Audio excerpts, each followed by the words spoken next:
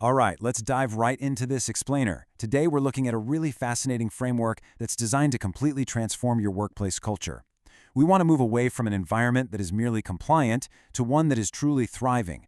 So if you've ever felt like your organization's approach to managing change is just, a frustrating exercise in ticking boxes, then this breakdown is exactly what you need. There's this age-old question that HR leaders absolutely dread.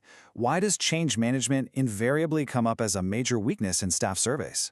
Well, it turns out this isn't just a minor annoyance anymore. Poor change management is actually officially recognized as a prescribed psychosocial hazard in Australian workplaces right now.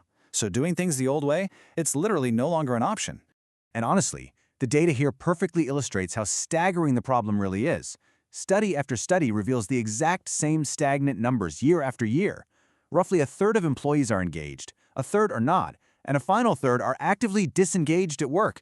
When you think about it, that means a massive two-thirds of your workforce are simply not bought in. Our traditional, compliance-based methods for managing human behavior are just completely failing to move the needle.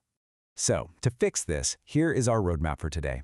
We'll quickly look at why traditional change fails, introduce the HEART model, and then break down its parts: honesty and engagement, accountability and review, building trust and safety, and finally, creating a thriving workplace. Okay, kicking things off with Section 1, why traditional change fails.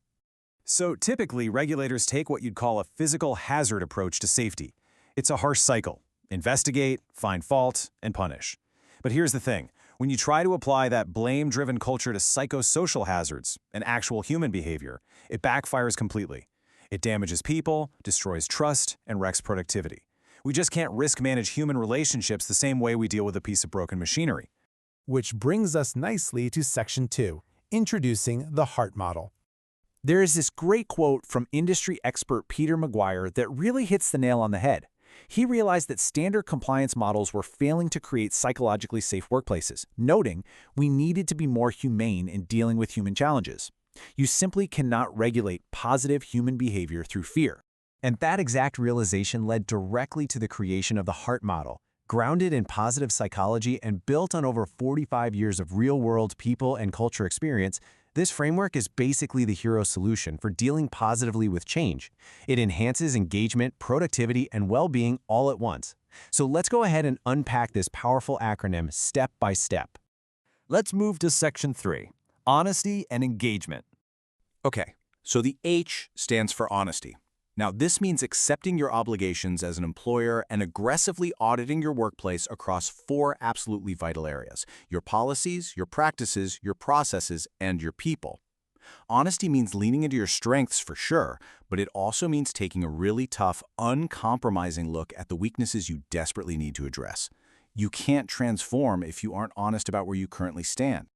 Once you've got that honest baseline, we hit E for engagement. You've got to educate your people and give them a genuine voice. This means setting up collaborative groups, like Better Workplace teams, to actually manage the change together.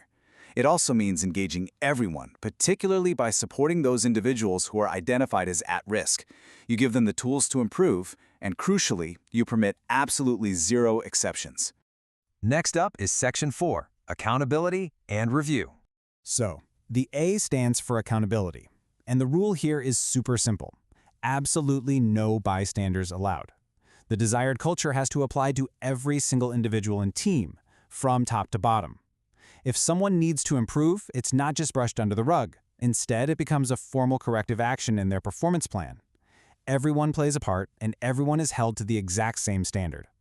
And then comes R for review. Now, this is not just some one-and-done compliance checklist. Review requires constant vigilance. You have to regularly consult and check in with your people to see what's actually working by implementing a coaching model. It's an ongoing positive feedback loop where you're constantly asking, how are we doing? What's working? And how can we do better? Let's move along to Section 5, building trust and safety. Finally, the T stands for trust, which really is the ultimate bedrock of this entire framework, because it fundamentally relies on psychological safety. True psychological safety is an environment where people can put their hands up and seek an ear or a hand with their challenges, completely without fear. If someone is struggling with a colleague's behavior or even their own, they know they'll be met with support and coaching, not immediate punishment or blame.